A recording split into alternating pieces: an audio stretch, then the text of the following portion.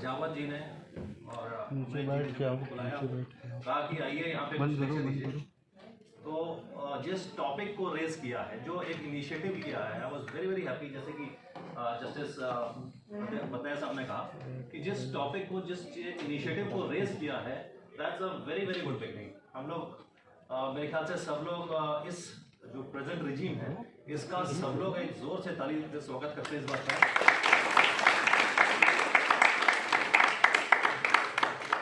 इतना बढ़िया जो है इनिशिएटिव लिया है, और ये पूरी यहाँ से एंड तक मैं देख रहा हूँ कि सब लोग, पूरी भीड़ यहाँ इकट्ठा है, सब लोग हमारे लॉयर्स यहाँ पे हैं।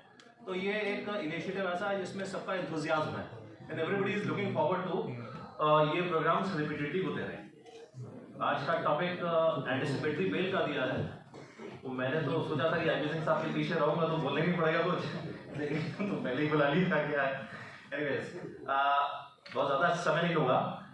Anticipatory bail is a new law for all of us. हमने जब प्रैक्टिस शुरू करी, हमारे जितने साथी हैं except for very senior advocates जिन्होंने प्रैक्टिस शुरू करी, तो हम लोग ने अपने सामने कभी भी एंटिसिपेटरी बेल वाला प्रोविजन नहीं देखा। वो पहले ही जो है एक बार बाय अ सर्टेन अमेंडमेंट यहाँ से यूपी से हटा दिया गया था, एंड सब्सिक्वेंटली प्रॉब्ली 2018 में इसको दोबारा 2018 में इसको स्टार्ट किया है, रीइंट्रोड्यूस किया है। तो 438 CRPC is the provision in which anticipatory bail has been defined. अब 438 में अगर आप जितने यंग लॉयर्स हैं उनका मेरा एडवाइस है कि आप प्राइमरली 438 एक बार पढ़ लीजिए। पढ़ने के बाद आपको एक क्लैरिटी से ये पता चल जाएगा कि किस किस सेक्शंस, किन किन केस लॉज, किस प्रॉब्ली वो there are certain acts in which anticipatory bail is not applicable. तो जो केस लॉज डेवलप हुए उस पर फाइनली ये आया कि एक NDPS एक्ट है जिसमें कि एंटिसिपेटरी बेल लाई नहीं करती है, एक ऑफिशियल सीक्रेट्स एक्ट है उस पर लाई नहीं करती है। उसके बाद all these punishments, all these cases in which the punishment is death is provided, उसमें एंटिसिपेटरी बेल लाई नहीं करती है। बिसाइड्स अनलॉफुल एक्टिविटीज एक्ट है, उसमें नहीं लाई करती है। तो ऐसे करके 4-5 एक्ट हैं जिसमें कि वो लाई नहीं करती है। वो SC/ST एक्ट है, SC/ST एक्ट है जिसमें कि नहीं लाई करती। तो 5-6 प्रोविजंस दे रखे हैं जिसमें लाई नहीं करती है। तो हम लोग, क्योंकि हम लोग के पास नया लॉ है, तो काफ़ी क्लाइंट्स जिनके पास आते हैं और हम एक गलत इनिशिएटिव ना लें, गलत स्टार्ट ना लें, गलत एडवाइस ना करें, एंड सब्सिक्वेंटली हम उसको जो है उस क्लाइंट के साथ कोई उसका बेईमानी ना हो कि हमने उसको फाइल कर दिया, subsequently it is not maintainable.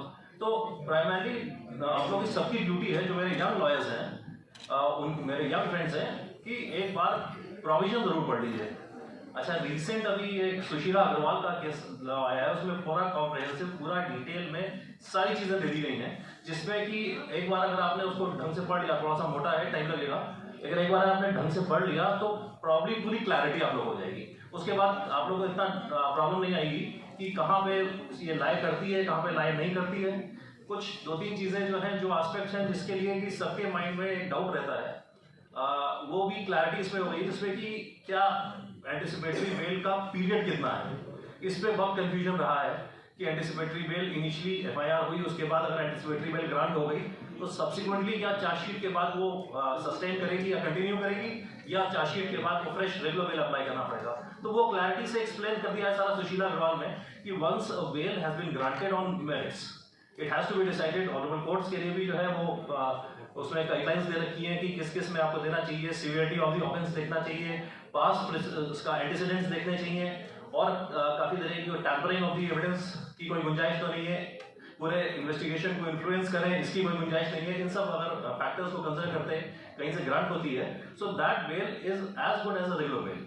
एक बार बेल आपको एंटिसिपेटरी बेल ग्रांट अगर हो जाती है, फाइनली जब ग्रांट हो जाती है, तो वो बेल पूरे ट्रायल तक सस्टेन करती है, तो it is as good as the regular bail है। तो वो सब डिटेल्स जितने हैं वो सब ये रिसेंट सुशीला अग्रवाल में काफ़ी कॉम्प्रिहेंसिव, काफ़ी डिटेल में एक्सप्लेन कर दिए गए हैं। अच्छा, इसके बाद वो एक ये प्रॉब्लम अक्सर हम देखते हैं कई लोगों के सामने आती है कि anticipatory bell in anticipation of FIR भी हो सकती है या नहीं हो सकती है। That is also question which comes in the mind, which crops up in the mind. तो उस पर भी कुछ केस इसी में एक्सप्लेन्ड है कि FIR नहीं एग्जिस्ट कर रही है, FIR लॉन्च नहीं हुई है, और there is a strong apprehension कि वही में भी इमिनेंट अरेस्ट जो है का एप्रीहेंशन है, तो वो सर्कमस्टेंस साइट करते भी एंटिसिपेटरी बेल मूव की जा सकती है। That has also been explained in the recent case laws. तो FIR एग्जिस्टेंस में नहीं है तब भी आप एंटिसिपेटरी बेल मूव कर सकते हैं, प्रोवाइडेड वो सर्कमस्टेंसेस ऐसे हों जिसमें कि ऐसा लग रहा हो कि कंपेलिंग सर्कमस्टेंसेस में कि person will be stand behind the bars. और अबव ऑल कि जिस भी कोर्ट में आप जा रहे हैं ये देख लीजिए उस कोर्ट का व्यू क्या है। अगर वहां पे एंटिसिपेटरी बेल आपको मिल रही है तो आप, और अगर नहीं है तो कुछ दिनों विल होल्ड कर लीजिए।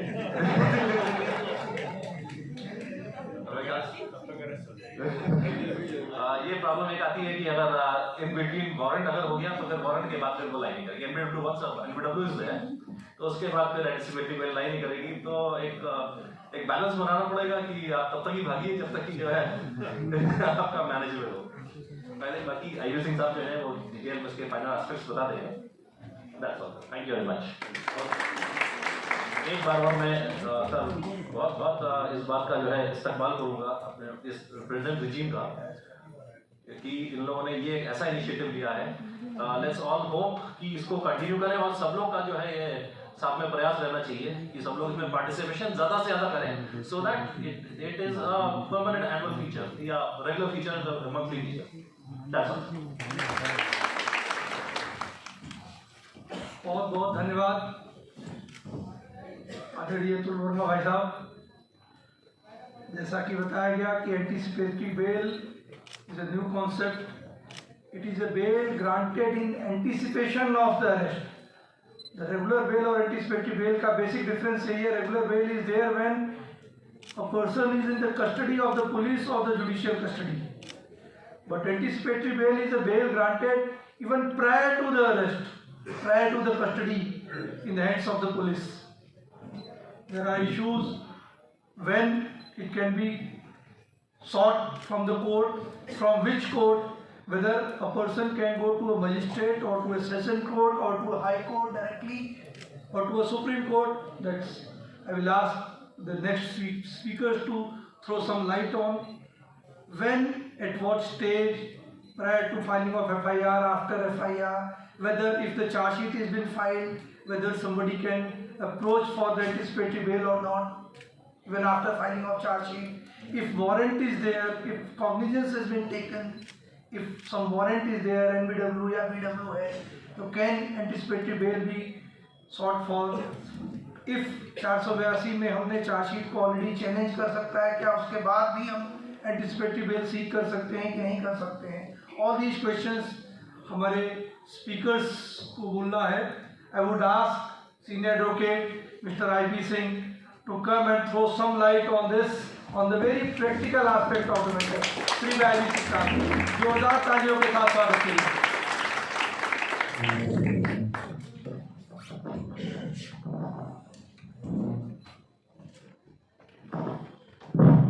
Honorable Mr. Justice D.K. Upadhyay, Honorable Mr. Justice Pankaj Bhatia,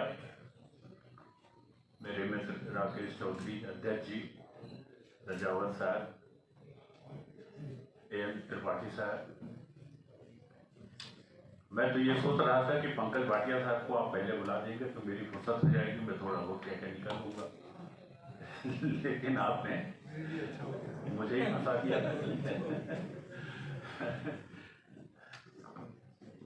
anticipatory bail की कहानी थोड़ी सी मेरे जीवन से भी जुड़ी हुई है और मैं उस कहानी को ही सुनाऊंगा तो शायद आपको ज्यादा आनंद आए। 1975 में मैं वकालत कर चुका था और छात्र जीवन में थोड़ा बहुत नेतागिरी करता था, तो अनंतरानी बोलना बड़ा अच्छा था। उस समय मंच पे कुछ भी बोलो ठीक चलता है। वकालत के पेशे में आने के बाद से जब लोग समझा देते हैं कि क्या नहीं बोलना चाहिए ये भी सीखो, तो फिर बोलना धीरे धीरे कम होने लगता है और अब स्थिति वही आ गई है कि अब कम से कम बोलो। इमरजेंसी नहीं लगी थी, स्टूडेंट फेडरेशन में काम करता था, SFI का जनरल सेक्रेटरी था यूपी का। बदमाशी नहीं करते थे हम लोग, बस नेतागिरी करते थे और खेल कूद में अच्छा रहते थे। तब तक इमरजेंसी लग गई और एकाएक ऐसा लगा कि हॉस्टल में जितने रहने वाले बच्चे हैं सबको पुलिस ढूंढ रही है। सबसे पहली ट्रेन पकड़ के अपने गांव भाग गया। गांव मेरा यूपी बिहार के बॉर्डर पे आखिरी गांव है। हमारे गांव के बाद लालू प्रसाद यादव जी का गांव शुरू हो जाता है। वहां 2-3 महीने पड़ा रहा। फिर वहां पर हमारे ग्रैंडफादर ने कहा कि लखनऊ क्यों नहीं जाते हो। तो यहां से चिट्ठी आती थी हमारे दोस्तों के हॉस्टल से, गुरु आना नहीं, पुलिस ढूंढ रही है। बहुत चिंता लगी कि भाई कैसे कब तक गांव पे रहेंगे। फिर ट्रेन पकड़ा, एक दिन लखनऊ आए और यहाँ आकर के अपने होने वाले सीनियर सब मैं मिल चुका था, श्री गोपाल कृष्ण मेहरोत्रा जी से।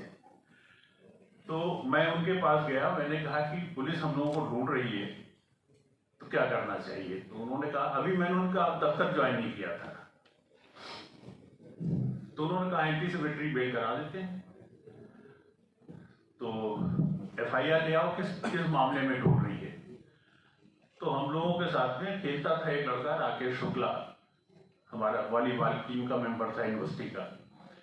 वो यहीं पर सब इंस्पेक्टर हो गया था, तो उसको पकड़ा। मैंने कहा भाई पता लगाओ FIR कहाँ है। तो उसने कई थाने ढूंढ डाले, कोई FIR ही नहीं मिली। तब तक इसी बीच में पता चला कि स्टेट में एंटी सेक्रेटरी बेल बंद हो गई। मैंने सोचा अब तो जाना पड़ेगा भीतर। हम और मेरे मित्र अतुल अंजान भी थे, और भी हमारे SFI AISF के बहुत सारे दोस्त थे। उस समय हेमवती नंदन बहुगुणा साहब चीफ मिनिस्टर हुआ करते थे। फिर हम लोगों ने जाकर के हेमवती नंदन बहुगुणा साहब से मिले कि हम लोगों को पुलिस भी ढूंढ रही है और इधर आपने एंटी सेक्रेटरी बेल भी बंद कर दी, अब हम लोगों को जेल जाना पड़ेगा। बहुगुणा साहब से हम लोग मिलते रहते थे बीच बीच में। तो बहुगुणा साहब ने कहा कि देखिए वो उसके कई कारण हैं, राजनीतिक कारण हैं, उसमें हम कोई हेल्प नहीं कर सकते, लेकिन तुम लोगों को पुलिस किस मामले में ढूंढ रही है, तुम लोग कोई क्रिमिनल तो हो नहीं। तो उन्होंने इकबाल साहब यहाँ पर आए थे, तो इकबाल साहब को कहा कि देखिए भाई इन लोगों को पुलिस किस मामले में ढूंढ रही है। उन्होंने अपने बंगले पर बुलाया, तो हम लोग गए, तो उन्होंने कहा नहीं आप लोगों को पुलिस नहीं ढूंढ रही, लेकिन जो एंटी सेक्रेटरी बेल से वास्ता पढ़ना था वो वास्ता पढ़ चुका था। फिर वकालत में आ गए, तो वकालत में आने के बाद से फिर एंटी सेक्रेटरी बेल बंद हो गई। कहने का मतलब ये है कि वो कहते हैं ना, जहां जहां वहां बड़े संतन के था द बंटाधार। तो आते ही एंटी सेक्रेटरी बेल बंद हो गई। और अब जब 40-42 साल की वकालत खत्म करके अब सोच रहे थे कि अब रिटायरमेंट ली जाए, तब तक सद्बुद्धि आई सरकार को और उसने फिर से दोबारा एंटी सेक्रेटरी बेल चालू कर दी। फिर से पढ़ना पड़ा एंटी सेक्रेटरी बेल कैसे होती है, क्या होती है, किन परिस्थितियों में हो सकती है, किन परिस्थितियों में नहीं हो सकती है। तो ये एंटी सेक्रेटरी बेल की कहानी थोड़ी लाइफ से मैंने गुजरा, तो इसको देखा। इस बीच में एक बार वास्ता पड़ा था कैप्टन सतीश शर्मा। 1989 में मैं राजमोहन गांधी साहब का इलेक्शन एजेंट था और उस समय इलेक्शन हुआ था राजीव गांधी साहब। तो अमेठी में गोली कांड हो गई थी, उसमें एक आदमी मारा गया था, कई लोगों को गोलियां लगी थी। उसमें captain Satish Sharma ex minister, उनका प्रोसिक्यूशन हो रहा था और मुझको स्टेट गवर्नमेंट ने स्पेशल पब्लिक प्रोसिक्यूटर अपॉइंट कर दिया था। यहाँ से वारंट हो चुकी थी, सुल्तानपुर से वारंट हो चुकी थी कि एक दिन हमको खबर मिली कि साहब वहां दिल्ली में उन्होंने एंटी सेक्रेटरी बेल मूव कर। तो शाम को ही मुझे स्टेट गवर्नमेंट ने फ्लाइट से कहा कि आप जाइए दिल्ली अपोज करिए। तो मुझको आइडिया नहीं था। हम लोग दिल्ली पहुंचे तो पता चला नेक्स्ट डे मॉर्निंग में कि उनकी बेल तो रात में ही हो गई, रात में 11 बजे जैसा आपके घर पे हो गई। हमको एंटीसिपेटरी बेल पढ़ने का मौका मिला कि दिल्ली में कैसे हो सकती है। तो उस जजमेंट में गुरबख्श सिंह सिब्बा वाले केस को, पंजाब का एक केस था जिसमें उन्होंने ये माननीय सुप्रीम कोर्ट ने ये होल्ड किया है कि जहां आदमी रहता है वहां का भी ज्यूरिसडिक्शन लागू होगा और इस आधार पे कैप्टन सतीश शर्मा साहब की बेल होगी। ये हादसे आते रहे। एंटीसिपेटरी बेल का प्रोविजन बहुत जरूरी है और इसका उपयोग भी बहुत ज्यादा होना चाहिए। आज हम अगर गवर्नमेंट के आंकड़े देखें तो गवर्नमेंट के आंकड़े आते हैं कि हमारे यहां रेप 50% कम हो गए, लूट हमारे यहां 30% कम हो गए। जितने भी हीनियस क्राइम हैं उनके बारे में आता है कि साहब ये कम हो गए, लेकिन जेल में अंडर ट्रायल की संख्या बढ़ती जा रही है। क्या कारण है? कारण यह है कि बेल नहीं हो रहे, और बेल नहीं हो रहे हैं इसका असर हमारी न्यायपालिका पे पड़ता है। जितना वक्त ऑनरेबल कोर्ट का बेल कंसीडर करने में, second bail consider, third bail consider करने में लगता है, उतना वक्त हम अपील में डिसाइड करा सकते हैं, ट्रायल डिसाइड करा सकते हैं।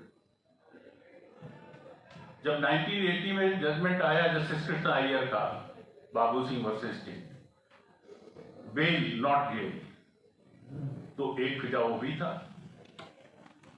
और आज का दिन है जेल नॉट बेल। छोटे छोटे अपराधों में भी हम देखते हैं कि बेल नहीं होती है। ऐसा केस जिसमें 5 साल की सजा हो सकती है, 5 साल की सजा हो सकती है, वो ऑनरेबल हाई कोर्ट में भी हमको 4-4 महीने 5-5 महीने इंतजार करना पड़ता है कि उसकी बेल हो जाए। तो आखिर ये ऐसी परिस्थितियां क्यों आ गई? मैं समझता हूं कि एंटीसिपेटरी बेल एक बहुत अच्छा उपाय है,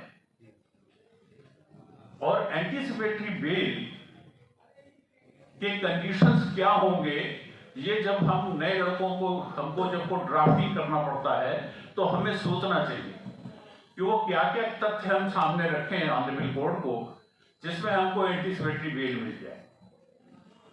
वो कंडीशन वही होनी चाहिए जो बेल की होती है। मुझे एक बार अपॉर्चुनिटी मिली थी JTRI में एडिशनल सेशन जजेस के ऊपर बेल का लेक्चर देने का, 2012 का था। तो वहां पर जब मैंने ऐसे ही पूछ लिया कि आप लोग बेल के लिए क्या कंसीडर करते हो, तो सीनियर जजेस थे, कई इंटेलिजेंट, बहुत अच्छे जजेस थे, बहुत अच्छा उनका वो था। तो उन्होंने कहा अरे बेल के लिए क्या कंसीडर करना है, देखते हैं प्रेमा फेसी केस है तो दे दिया, नहीं है तो नहीं दिया, और फिर हमारा कौंसल जो अलाउ करता है तो मैं दे देता हूं। हमने कहा कंसीडरेशंस क्या होना चाहिए, तो उसमें 2-3 काफी इंटेलिजेंट थे। तो वहां लेटेस्ट जजमेंट आया था प्रशांत सरकार 2012 सुप्रीम कोर्ट केस, उसमें उन्होंने गाइडलाइंस दिए थे।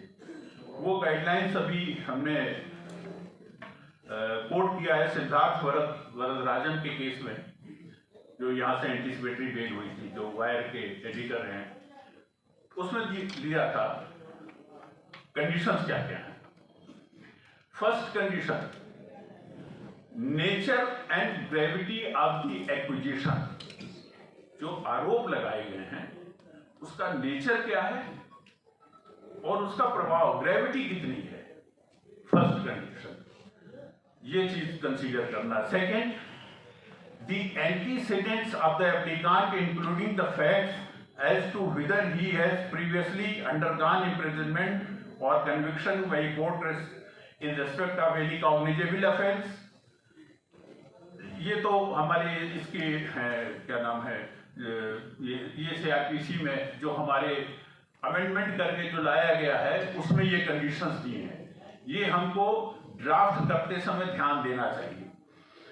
The possibility of applicant to flee from justice, ये considerations है 1, 2, 3, 4। where the accusation has been made with the object of injuring or humiliating the applicant by having him so arrested, जो आजकल normally होता है, police को खुली छूट दे दी गई है, जो आजकल किसी को भी कभी भी ह्यूमिलिएट कर सकता है। तो ये कंडीशंस सीआरपीसी में 438 के प्रोविजन जब लागू किए गए हैं तो इसमें सीआरपीसी में ये यूपी अमेंडमेंट में आया है। देखिए, एक आपसे मैं एक निवेदन करूंगा, हम लोग शुरू में वकालत करने आए थे तो उस समय फोटो स्टेट नहीं होता था, एक LLT आती थी, पता नहीं आप लोगों में से कितने लोग लखनऊ लॉ टाइम्स मंगाते हैं, LLT आती थी, उसमें अमेंडमेंट आता था। उस समय इतने एक्ट्स का पब्लिकेशन नहीं होते थे, अगर एक्ट में अमेंडमेंट हो भी गया है तो एक्ट का अमेंडमेंट साल भर में एक बार कभी छपता था, कोई इतने पब्लिशर नहीं थे, या तो AIR था या SCC वाले थे, SCC वाले भी नए आए थे, इसके अलावा कोई ये जितना आलिया और ये सब जितने हैं ये सब नहीं थे। तो हम लोग LLT की जो कॉपी आती थी उसमें से अमेंडमेंट जो आता था उसको हम लोग हाथ से नोट कर लेते थे और उसको ओरिजिनल के साथ में मिला करके पढ़ते थे। तो आप यूपी अमेंडमेंट है 438 में और सेंट्रल एक्ट है, हमारा निवेदन यह है कि दोनों को आप साथ में मिला करके पढ़िए, देखिए क्या क्या ऐसा है जो सेंट्रल एक्ट में है और यूपी अमेंडमेंट नहीं है, और क्या ऐसा है जो यूपी अमेंडमेंट में है सेंट्रल एक्ट में नहीं है। उसके बाद आप डिसाइड करिए कि आपकी बेल यूपी अमेंडमेंट के अनुसार फाइल हो सकती है कि नहीं हो सकती है। तो ये जो प्रशांत सरकार के केस में जो कहा था वो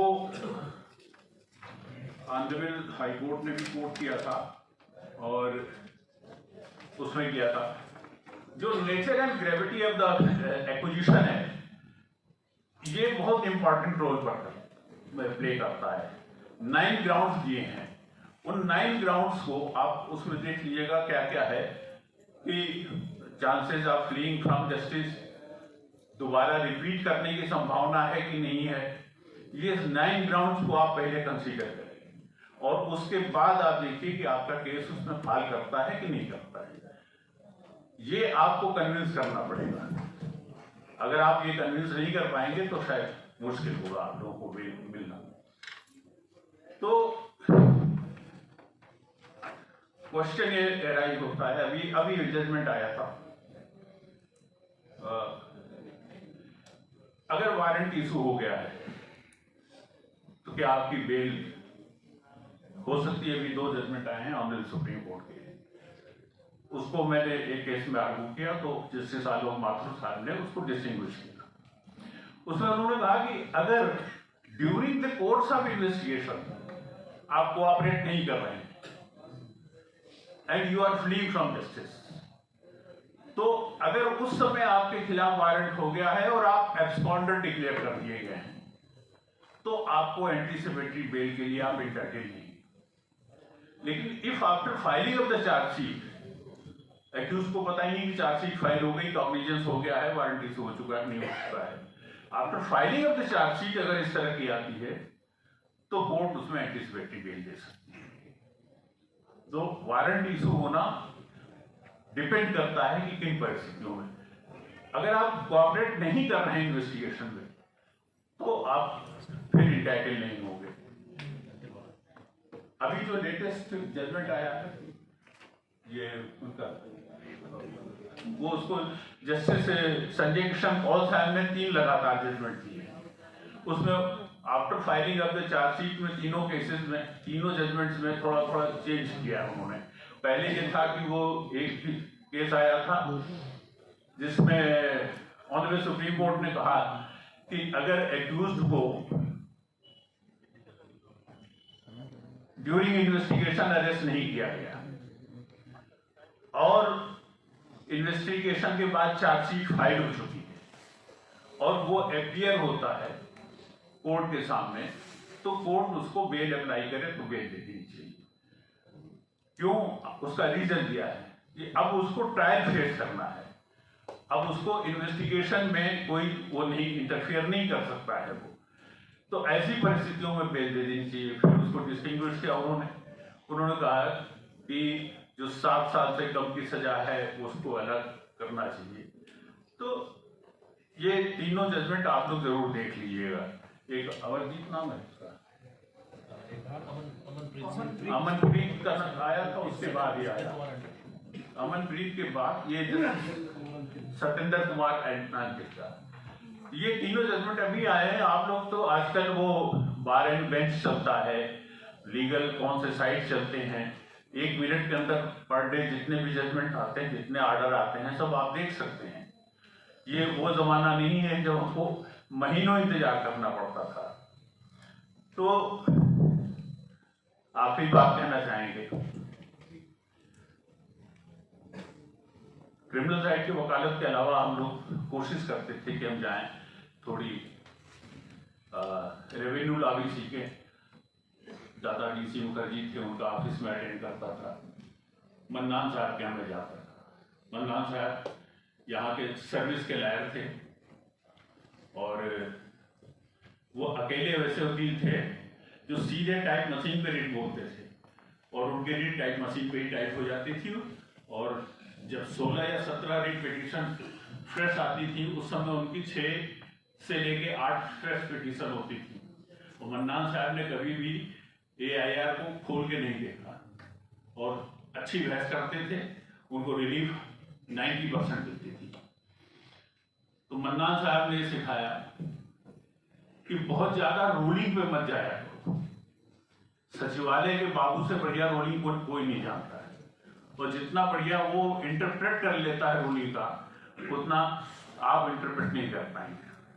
बोले वकालत का पेशा डिपेंड करता है कि आपको प्रोसीजरल लॉ आना चाहिए।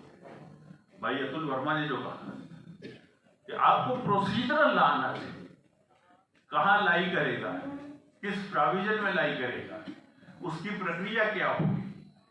तो प्रोसीजरल एक्ट और एविडेंस एक्ट में जो मास्टर होता है वही अच्छा वकील होता है। रूलिंग तो आप सपोर्ट के लिए लेते हो, क्यों ऐसा हुआ, किस कारण से हुआ, वो जस्टिफिकेशन रूलिंग में किया जाता है। तो हम लोग आजकल प्रोसीजरल लॉ छोड़ करके ज्यादा से ज्यादा हम रूलिंग के ऊपर डिपेंड करने लगे हैं। मेरा निवेदन आप लोगों से ये है, जितने भी नए लोग, कि आप पहले एक्ट पढ़िए, रूल्स पढ़िए और उसके बाद आप रूलिंग पे जाइए। हम पहले रूलिंग पे जाते हैं, उसके बाद हम एक्ट पर जाते हैं।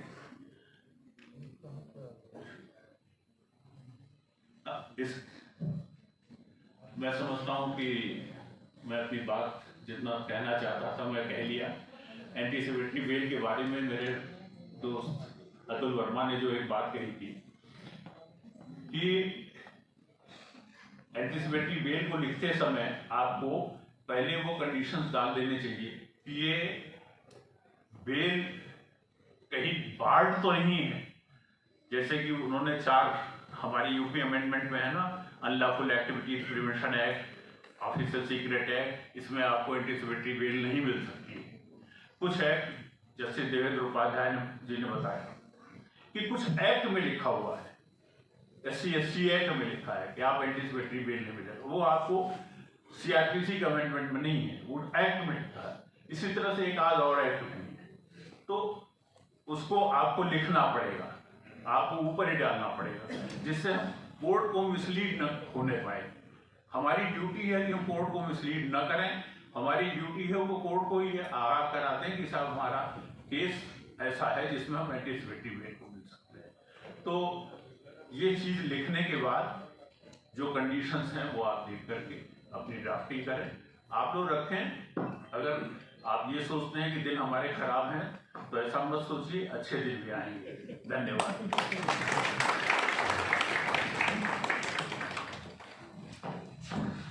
धन्यवाद आदरणीय श्री IB सिंह साहब।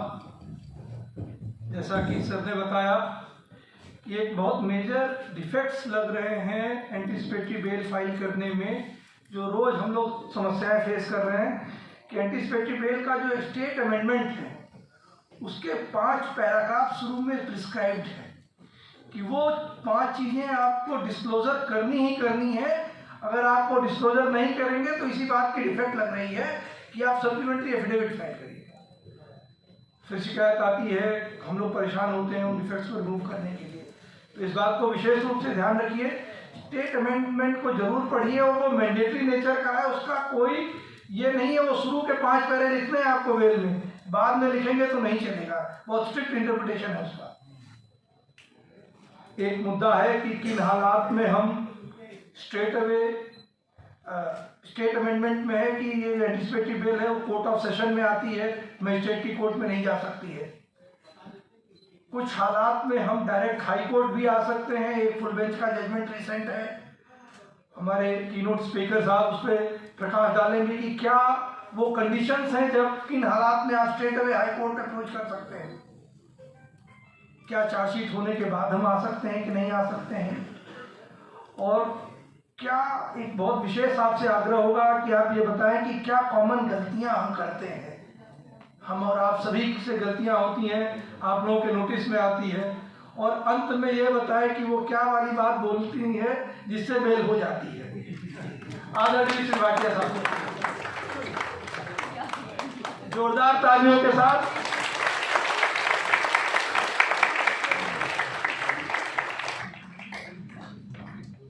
Justice D.K. उपाध्याय, प्रेसिडेंट साहब, सेक्रेटरी साहब, mister I.P. Singh, senior advocate, Mr. Atul Verma, my friends at the bar, my seniors at the bar, when I came to Lucknow, I had suggested the President Saab ki let us start an organization of say 20-25 advocates who can bring into light the Awadh Bar Association as an academic body also. I had suggested on the lines like the way Madras Bar High Court Association keeps on filing petitions touching upon the constitutional aspects, challenging the violations, so on and so forth.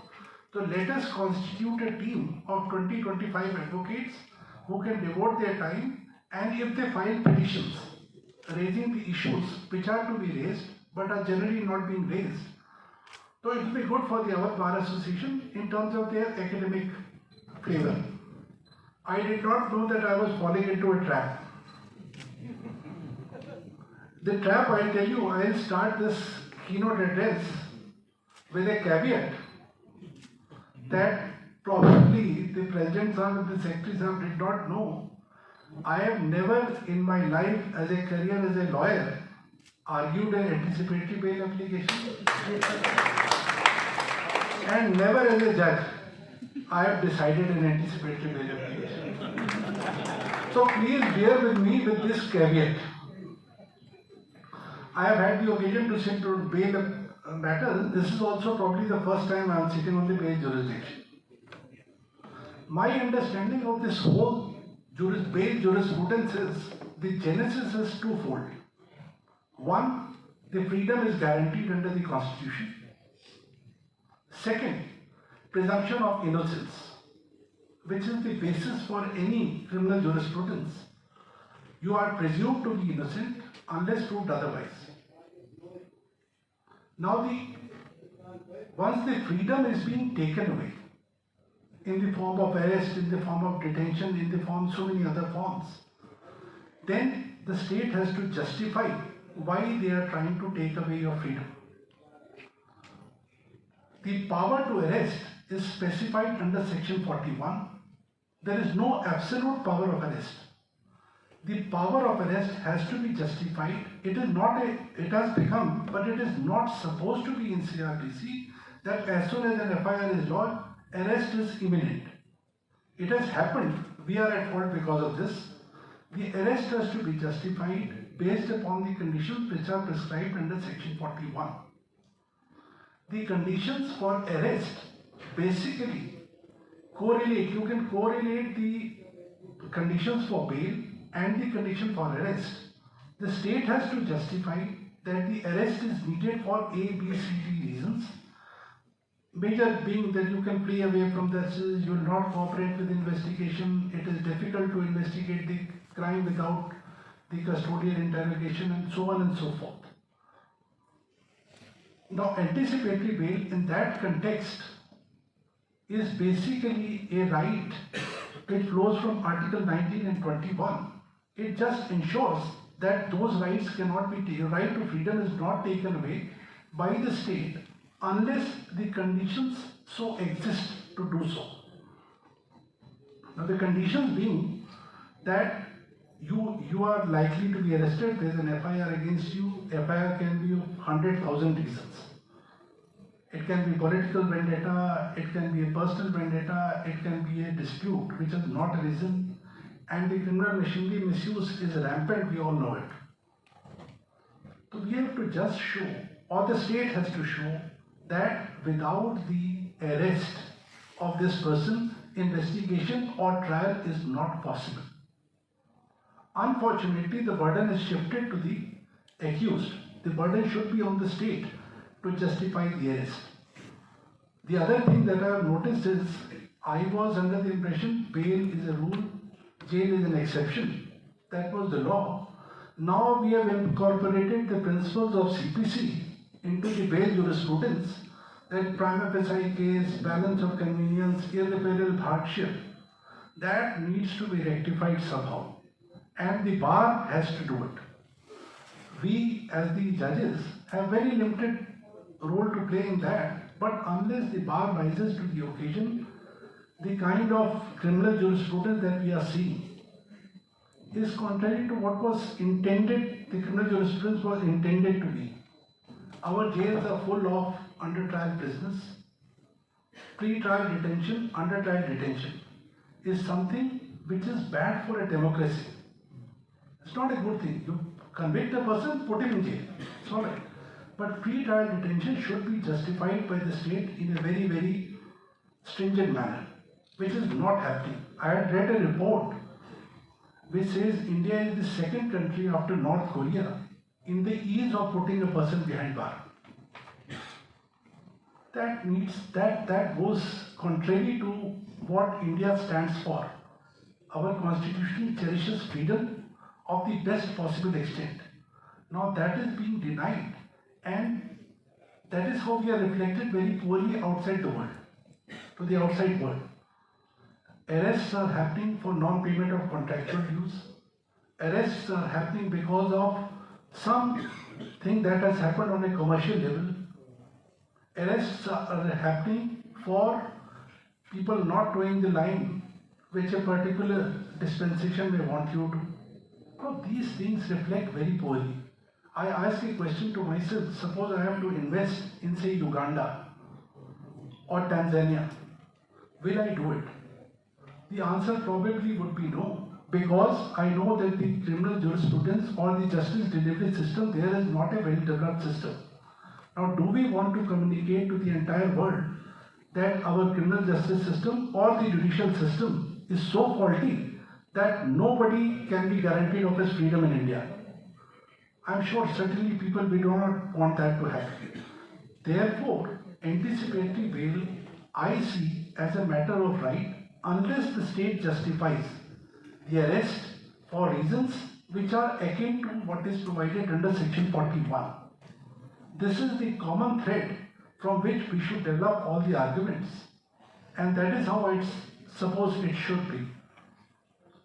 Coming to the second part of my suggestion that I had given to Mr. Chaudhary, I'll just give an example. There is a judgment of Nikesh Tarachand Shah in which the conditions provided under Section 45 for grant of bail were very stringent. The twin conditions were to be satisfied before a bail can be granted. One, that the magistrate or the presiding officer should come to a conclusion that he has not committed the offence. Second, he should form an opinion that if he is released on bail, he will not commit it again. Generally, we have found a way out that if there are no criminal antecedents, the second part can be met. But the intent of the statute is such that no magistrate, no judge in his normal head can ever predict that this man will not commit the same offence again. Therefore, the conditions are almost impossible to be performed if they are taken literally. Now, in that case, the judgment has already been declared as ultra vires. Similar provisions exist in so many statutes. Unfortunately, we have not challenged them. They need to be challenged. Therefore, I just wanted a think tank of 20-25 lawyers. Please challenge these issues in the name of our bar association. That will take us places. That will give us so much of a respect that at present we need also. Bar association has its own role to function, the welfare of advocates, everything is there. But somehow we need to enhance our image on an India scale that we are an academic body also. I suggest that we do some action on that part. This is a formal part. I have very categorically admitted Mr. Verma is an expert on anticipatory bail. Mr. I.B. Singh, they have all spoken very well. Nothing remains to be spoken. All the judgment they have already cited. I don't think I need to cite them because they are there to study Gurbakh Singh or Agarwal's judgment latest. But I suggest that we do an interaction on an informal basis and where we see these are the issues which are coming forward and we need to address them and tackle them on a judicial track. I suggest that we form a body. I will be very happy to be a part of it if associated. And thank you so much for calling me. I am so sorry if you are disappointed if anything.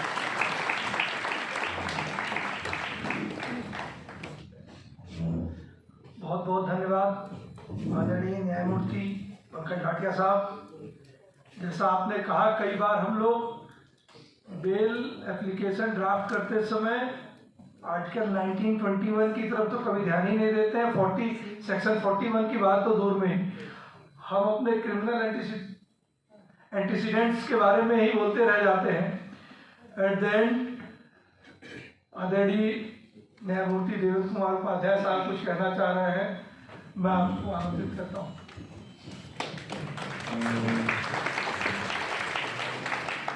आप मुझे माफ करेंगे पुनः समय लेने के। देखिए, सारा जो बेल का प्रकरण है, एंटिसिपेटरी बेल हो, रेगुलर बेल हो, जैसा जस्टिस भाटिया ने कहा कि it is related to your right to life under article 21, that is a fundamental right, and everyone knows that this article 21, or right to life, does not flow from article 21. If you read the dissenting opinion of Justice Khanna in that ADM Jabalpur's judgment, what is the basis of his dissent? The basis of his dissent is, what was argued? What was argued was that the right to life has been given to every citizen of the country by the Constitution Act during the emergency. The Constitution itself is suspended. Then where is the question of right to life? Where is the question of habeas corpus? So this argument, which was advanced by the state at that time, was repelled by Justice Khanna. On what basis? He says there are certain rights which are inherent in a human being.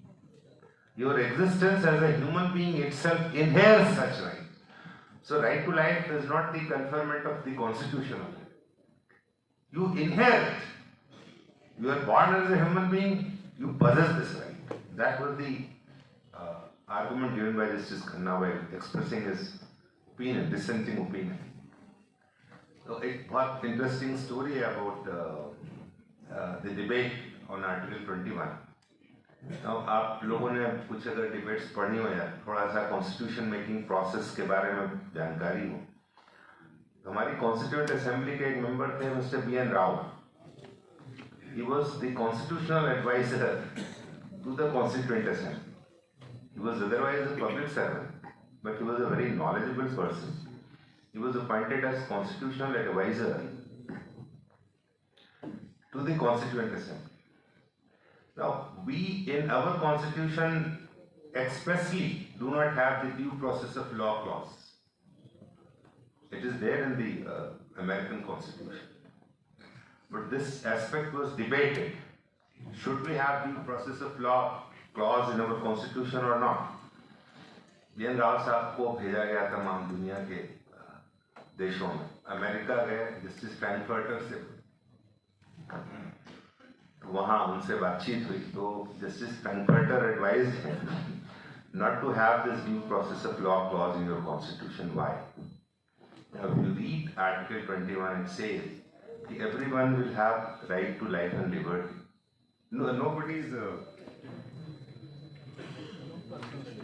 life or liberty can be taken except according to the law as prescribed by law, except according to the procedure prescribed by law. Now, this procedure prescribed by law and due process of law. Due process of law is a phrase which is very open-ended, very open-ended. Now, Frankfurter told Mr. B.N. Rao कि अगर आप ये ले आए तो आप की जो legislature है, जो executive है, वो तो इसको control ही नहीं कर पाएंगे. Due process of law will be defined ultimately by the judges, being the interpreter of the law and constitution. So don't have this phrase due process of law. You better have this phrase. Your life and liberty can be curtailed by a procedure prescribed by law. If the legislature makes a law, prescribes a procedure, it can be curtailed. But now our Supreme Court in the due course has almost reached to a stage where we can say that yes, we also have due process of law clause in our constitution by the process of interpretation. If you read the judgments on Article 20. This is one thing I wanted to say. And the lawyer, even the courts, the whole system should approach the bail or anticipatory bail with the basic premise of Article 21. It is, of course, subject to certain restrictions. One more thing I wanted to say. As you all know, there are certain offences defined under some special enactments,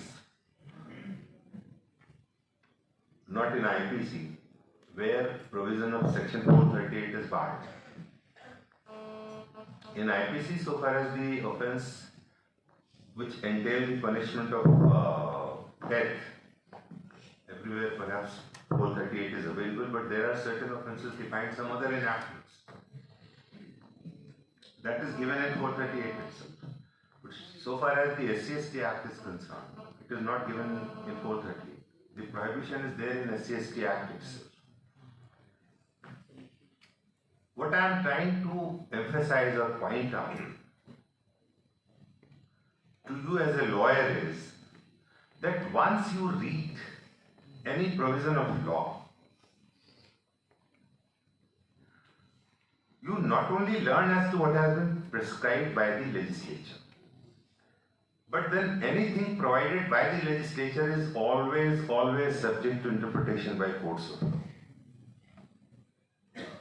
You will come across one judgment by Supreme Court, delivered recently, another by our division bench here, where it has been said, despite the bar under the SC/ST Act, one can move 438 petition in a situation where from the prima facie reading of the recitals made in the FIR, no offence under SC/ST Act is made out. Now, these are some, in whosever mind this minor nuance of law might have occurred at the first time. That is what at least I will expect from every member of the Bar Association. Thank you.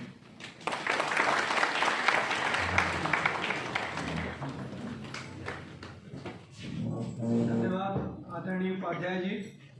जैसा आपने कहा, right to life does not flow from the constitution, rather it is a recognition in the form of fundamental right under the constitution, which is already there with every human being. इसी के साथ आज का ये कार्यक्रम हम लोग समाप्त करते हैं, और इसी आशा के साथ, नहीं, समाप्त करने से पहले एक मिनट, एक अच्छी बात यह है इस हॉल में ज़्यादातर युवा साथी हैं. अगर कुछ युवा साथियों को कुछ सवाल पूछने हो तो केवल 5 मिनट का बहुत ब्रीफ इंटरेक्टिव सेशन है. अगर किसी युवा साथी को कुछ सवाल पूछना हो तो आगे आकर के हमारे पैनलिस्ट से पूछ सकता है. ये पूछना चाहते हैं किन कंडीशन में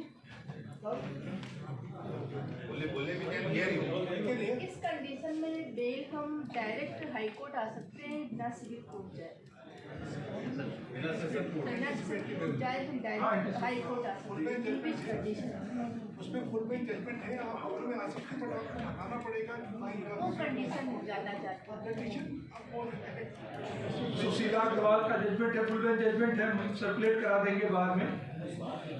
फुल बेंच जजमेंट है, उसमें कहीं बात नहीं है कि आप हाईकोर्ट डायरेक्टली आ सकते हैं। और आपको सर्कमस्टांस लिखने पड़ेंगे क्या वजह से आप सेशन कोर्ट में कोर्ट कर रहे हैं। आपकी क्या इनकेपेसिटी है, क्यों सिविल सेशन कोर्ट में डायरेक्ट नहीं जा सकते। उसमें एक कंडीशन ये भी है, if the person accused of is living outside the territorial jurisdiction of the session court, जहां पर FIR रजिस्टर्ड है तो भी वो डायरेक्टली हाई कोर्ट आ सकता है। एक कंडीशन ये भी है, ऐसी कई सारी कंडीशंस उसमें इन्यूमरेटेड है। उन हालात में स्पेशल कंडीशंस में आप हाई कोर्ट आ सकते हैं, अदरवाइज आपको पहले सेशन कोर्ट आना होगा फिर हाई कोर्ट आना होगा। Any other question?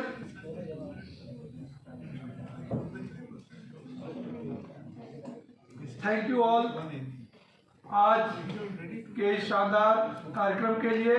हमारे आदरणीय माननीय न्यायमूर्तिगणों का बहुत बहुत धन्यवाद। आज के इस कार्यक्रम में शामिल हुए सारे युवा वक्ताओं का धन्यवाद। हम इस सीरीज को रेगुलर सीरीज बनाएंगे और इसको हम लाइव स्ट्रीमिंग करेंगे यूट्यूब पे आने वाले टाइम में। धन्यवाद मित्रों।